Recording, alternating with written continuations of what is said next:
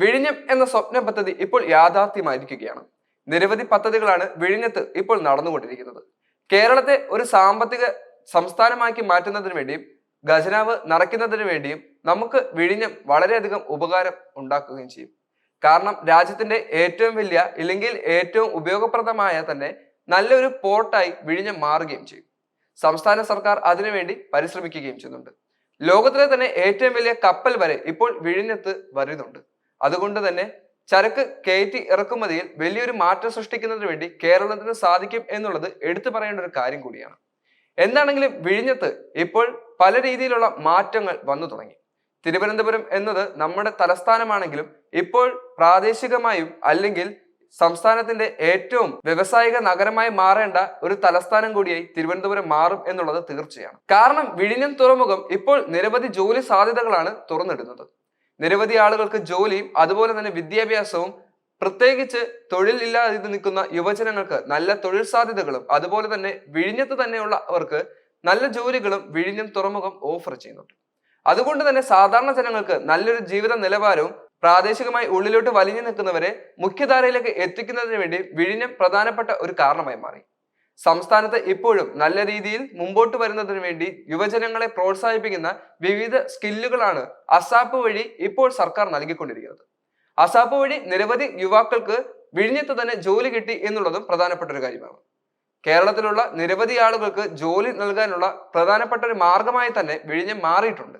വിഴിഞ്ഞത്ത് പല രീതിയിലുള്ള തന്ത്രങ്ങളും കേന്ദ്ര സർക്കാർ അടക്കം പയറ്റുന്നുണ്ടെങ്കിലും കേരളത്തെ നവീകരിക്കുന്നതിന് വേണ്ടി വിഴിഞ്ഞം നല്ലൊരു പദ്ധതിയായി തന്നെ നിലകൊള്ളും. അത് തീർച്ചയാണ്.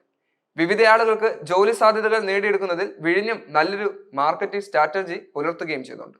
എന്താണെങ്കിലും കേരളത്തിലുള്ള യുവാക്കൾക്ക് നല്ലൊരു തൊഴിലവസരം വിഴിഞ്ഞം ഇപ്പോൾ വാഗ്ദാനം ചെയ്യുന്നു. വിഴിഞ്ഞം അന്താരാഷ്ട്ര തുറമുഖത്തിൽ ഇതുവരെ ആകെ 774 പേർക്കാണ് നിയമനം നടന്നതായും അതിൽ 69% കേരളത്തിൽ നിന്നുള്ളവരുമാണെന്നാണ് തുറമുഖ വകുപ്പ് മന്ത്രിയായിട്ടുള്ള VN വാസവൻ പറയുന്നത്.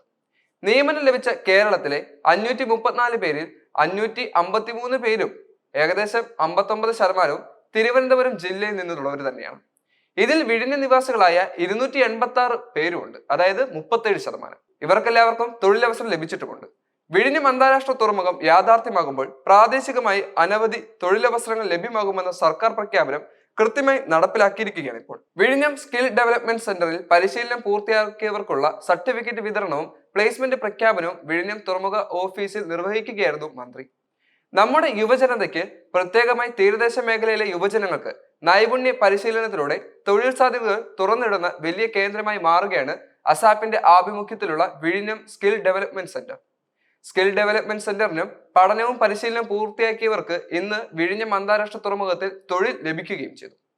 തൊഴിൽ ലഭിച്ച ഗുണഭോക്താക്കളിൽ തീരദേശ മേഖലകളിലെ മത്സ്യത്തൊഴിലാളി കുടുംബാംഗങ്ങളും ഉണ്ടെന്നുള്ളതാണ് മാതൃകയാക്കേണ്ട മറ്റൊരു കാര്യമെന്നും മന്ത്രി കൂട്ടിച്ചേർത്തു.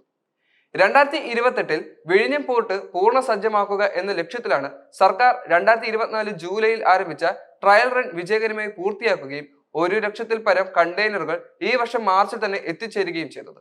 റോഡ് റെയിൽ കണക്ടിവിറ്റി പ്രാവർത്തികമാക്കി ചരക്ക് ഗതാഗതം സുഗമമാക്കുമ്പോൾ വിഴിഞ്ഞം അന്താരാഷ്ട്ര തുറമുഖം കേരളത്തിന് മുൻപിൽ വലിയ വികസന സാധ്യതകൾ തുറന്നിടുകയും ചെയ്യും. രാജ്യത്തിന്റെ ചരക്കു നീക്കത്തിന്റെ വലിയൊരു ഭാഗം കൈകാര്യം ചെയ്യാൻ വിഴിഞ്ഞത്തിന് സാധിക്കുകയും ചെയ്യും.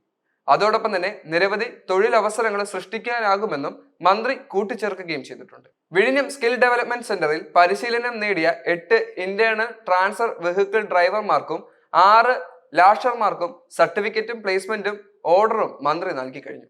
വനിതാ കൂട്ടായ്മയായ വി-സ്മാർട്ടിന് പോർട്ടിലെ മുഴുവൻ ശുചീകരണ ചുമതല നൽകിക്കൊണ്ടുള്ള കരാറും മന്ത്രി കൈമാറിക്കഴിഞ്ഞു.